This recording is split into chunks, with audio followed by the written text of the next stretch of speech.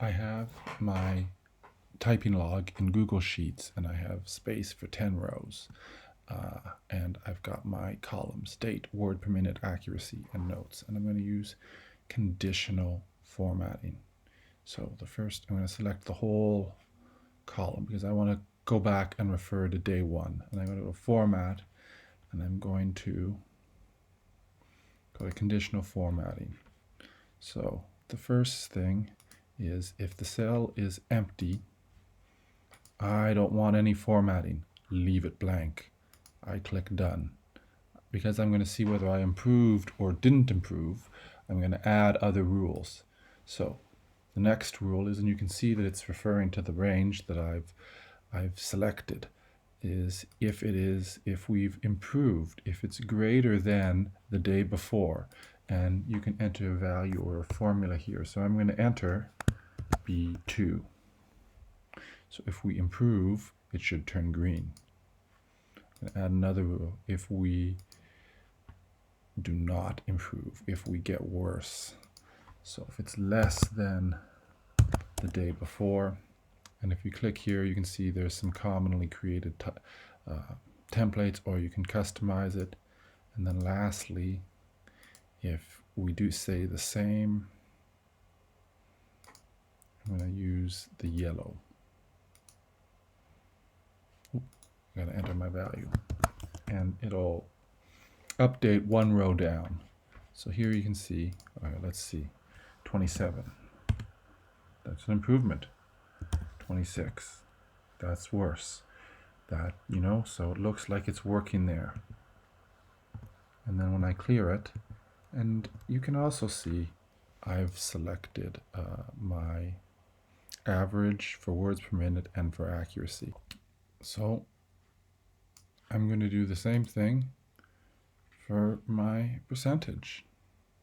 Again, I go to conditional formatting, make sure it's the right range. So if it is empty, I want to be consistent.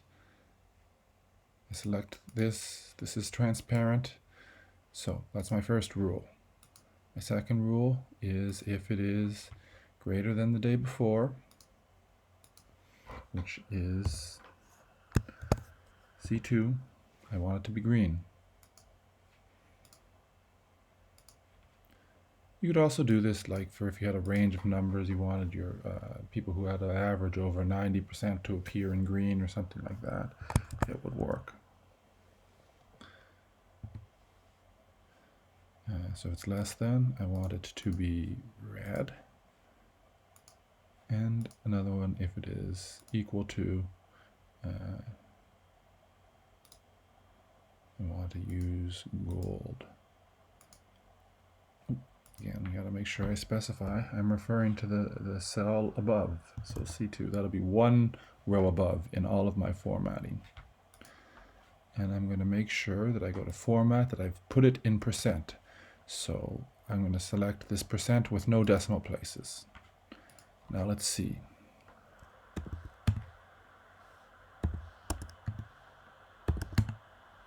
Okay, looks like it's working out.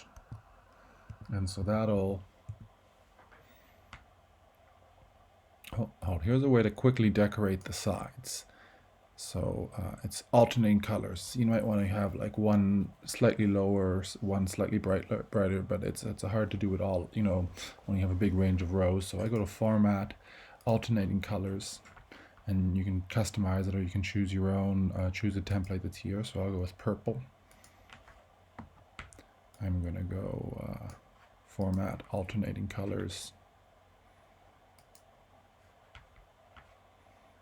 Let's say orange. And just to remind you to use all the features, I'm going to just give it some other formatting. Let's go with, say, a blue background. And what other color has not been used? Let's go with pinky color. And then I'll just show you, because I want to see your formatting skills. Do take the time to change everything up, just for variety's sake. So I've entered some data here, and just to see, let's see what happened if you were to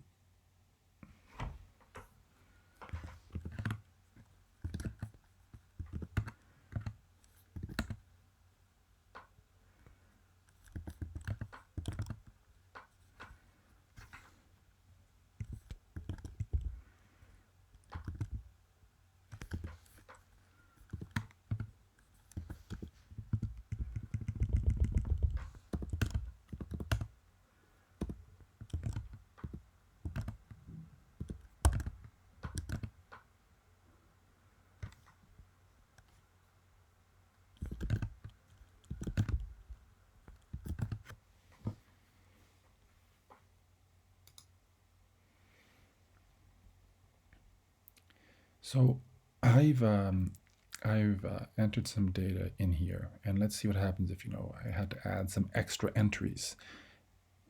I'm going to select this, insert rows below, and you can see my alternating colors is still there, and my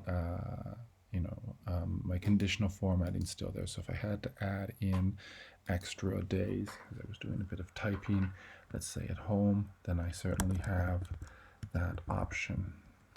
A couple of things for you to double check before you hand in your chart is make sure that you've used formatting properly. I want to see that you can use the formatting. So format, I'm going to make sure that this is set to a date. So this will otherwise this will affect the how the chart displays. I'm just going to fill this out. Now, one thing you might have noticed when I added in those extra items, I still have to adjust it so that my average includes the whole range of cells. So just make sure you've adjusted your average. So when I click here, and I click here, I see that the whole range is selected.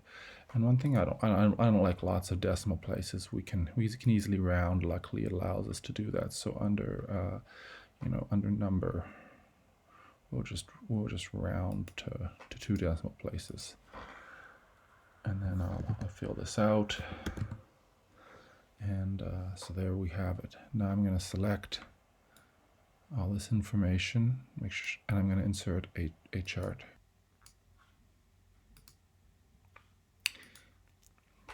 So when you first create the new chart, eyeball it to make sure it looks the way you want it to. Don't assume that the computer has done it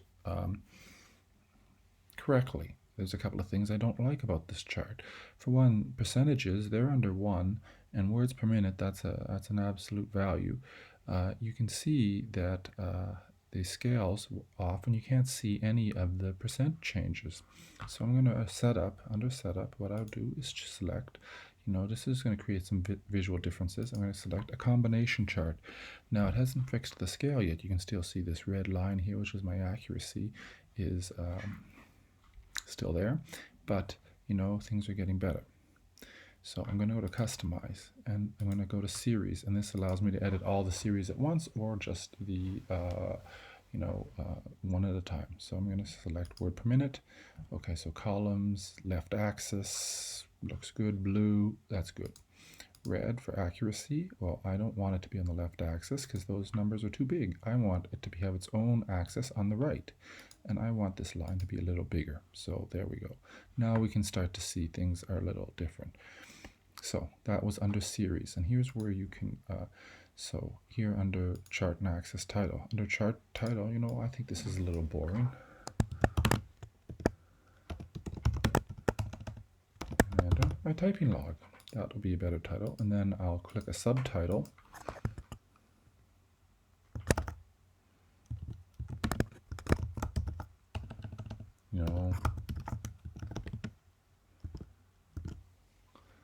Now you know how it's different from my first typing log.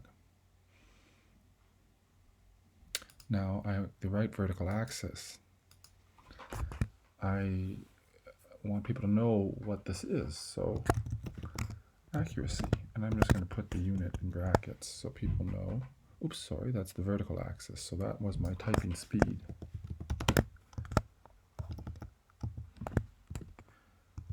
And then people people know that typing speed is the words per minute is the unit, and then the right vertical axis typing, that is my accuracy. And then here is where you would adjust any of the fonts and things like that. And I'm also going to adjust the axes because I don't want to go from 0 to 40. I don't like the looks of that. Let's say whatever, pick a number a little below your lowest value. I'll say 20 for this example. And then a little number that's a bit above, let's say 45, and then that way you can see the changes a bit more. And that was under vertical axis, and I also want to adjust the right vertical axis. And I'm going to go between, and I don't want it to go above 1 because that actually I like the way it looks right now, so I'm going to leave it as that. And then the last thing I'll do is I'll click on the 3 dots, move it to its own sheet, and there I have my chart. I was creating some practice charts before that, that's why it says chart 4. And now I can have a very clearly labeled table with conditional formatting and a chart with 2 axes.